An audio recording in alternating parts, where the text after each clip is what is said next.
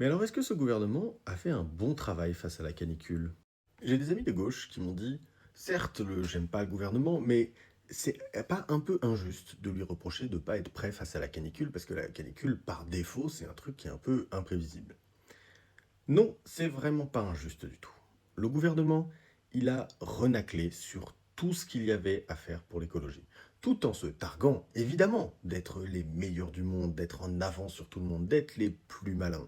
Mais là, très récemment, ils viennent de virer le programme d'adaptation des villes. Ils avaient nommé Bayrou un branleur absolu en tant que commissaire au plan, qui est censé aussi gérer l'adaptation des villes. Ils ont coupé dans le fond vert, qui est le truc qui permettait de en gros, rénover les bâtiments, s'adapter au changement climatique. Ils avaient depuis des années de l'argent qui était censé être fléché pour la climatisation des hôpitaux, et ils débarquent là maintenant, ils disent «Oh zut, il faut qu'on commande des clims». Mais c'est de la folie furieuse. L'adaptation, c'est un truc qui se fait sur des années, sur des décennies. Quand on arrive au pouvoir et qu'on nous dit bah désolé, il y a un des problèmes, c'est que les hôpitaux n'ont pas la clim, on se met en route et on fait les choses, d'accord? Ça, c'est tous les plans long terme sur lesquels ils ont échoué. Et du coup, on arrive au pied du mur et ils disent nous, on ne pouvait pas prévoir. Si on peut prévoir, si, ça fait 20 ans qu'on parle du réchauffement climatique partout, d'accord? Ça fait 10 ans que vous êtes au pouvoir et vous avez rien foutu, d'accord? On pouvait prévoir. D'ailleurs, la canicule qui arrive aujourd'hui et les prochaines, elles font partie des prévisions. C'est-à-dire qu'il y a littéralement des gens qui avaient prévu que ça allait arriver et ils ont eu raison. Et vous saviez qu'ils avaient raison. Donc, sur le long terme, c'est sûr qu'on peut leur en vouloir beaucoup. Beaucoup pour avoir raté complètement le coche. Et au-delà de rater le coche, ils ont consciemment, pas juste été surpris, ils ont consciemment détricoté des trucs pour faire des cadeaux fiscaux aux entreprises, détricoter les trucs qui auraient pu nous y préparer. Mais même dans la gestion immédiate, locale, du moment où ça arrive. Regardez à New York.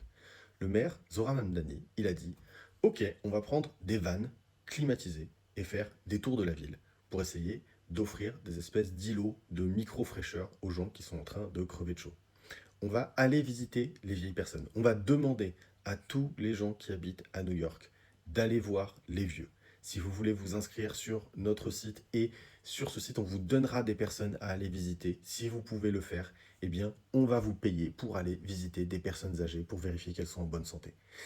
Tous les gens qui le demandent peuvent avoir gratuitement dans toutes les casernes de sapeurs-pompiers accès à une clé qui leur permet d'ouvrir les fontaines publiques. Vous avez, on appelle ça les fire hydrants, hein, les espèces de trucs sur lesquels les pompiers peuvent se brancher pour avoir de l'eau. Du coup, certes, ça dépense beaucoup d'eau, ça jette beaucoup d'eau, etc. Mais là, on parle de la vie des gens, d'accord? On ne parle pas de gâcher un peu d'eau. Donc oui, on donne aux gens des clés pour pouvoir les ouvrir. De toute façon, tous les mômes de tous les États-Unis savent qu'il suffit d'avoir la bonne clé, le bon machin, de trucs. Il y a des mille façons de le défaire. Donc eux, ils disent, ok, eh bien, pour ce moment-là, très spécifiquement, on va donner gratuitement des clés aux gens parce que avoir des îlots de fraîcheur, survivre, c'est le truc le plus important. Le fait que ça foute de l'eau dans la rue, le fait que ça gâche de l'eau, c'est pas grave si les gens y survivent. D'accord? Qu'est-ce qu'on fait en France pendant ce temps-là? On fait rien. On dit attention, hydratez-vous. Voilà. On ne met pas un grand plan national en place pour aller visiter les vieux. On ne met pas un grand plan pour que des gens aillent dans les EHPAD. On met pas. On n'organise absolument rien. Et ensuite, on envoie les keufs crever les piscines des jeunes. Et ensuite, on chasse les jeunes qui se baignent pas au bon endroit dans le bon canal pour se rafraîchir. Et ensuite, on casse les burnes aux gens. On se moque d'eux à la télé en disant oh là, c'est bon, on a tous chaud, etc. Vous voyez, ça n'est pas de la politique. La politique, c'est résoudre ensemble des problèmes qu'on a en commun. Pour ça, il faut constater ces problèmes, les analyser, prendre des décisions qui sont imparfaites parce qu'elles sont prises dans le moment, mais prendre des décisions qui vont tenter de remédier ces problèmes. Et ça, c'est pas du tout ce qu'a fait le gouvernement français. Pas du tout. D'accord? Il y a des exemples, je vous donne celui de Zoran Mamdani, mais il y en a d'autres. Il y a des exemples de gens qui savent gérer une crise, qui la prennent au sérieux, qui comprennent qu'il y a des gens qui vont mourir et qui font des choses pour remédier à ça. Et pas qui se félicitent après coup en n'ayant rien branlé d'avoir commandé 30 000 cleans sur Alibaba. Ça c'est vraiment, c'est du foutage de gueule, d'accord? Donc moi, je m'en bats les gonades que vous soyez plus ou moins macroniste. Je vous dis, il y a des exemples de gens qui prennent les crises au sérieux, les canicules au sérieux, et qui essayent de les régler. Même si c'est pas suffisant, même si c'est imparfait, ils font des choses.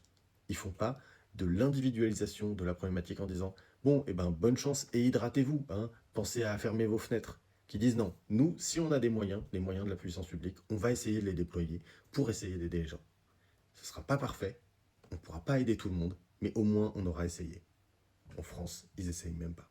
Et ça, c'est une honte nationale. On devrait les monter en l'air pour ça. Parce que à cause d'eux, il y a des morts. Des morts qui auraient pu être évitées. D'accord? Et eux, ils n'ont pas de conscience. Ils sont nés avant la honte. Ils s'en battent les gonades. Si vous voulez, il n'y a pas de ils devraient avoir honte. Oui, certes, mais ça ne les touche pas. Donc on devrait leur botter le cul, en fait. On devrait les virer.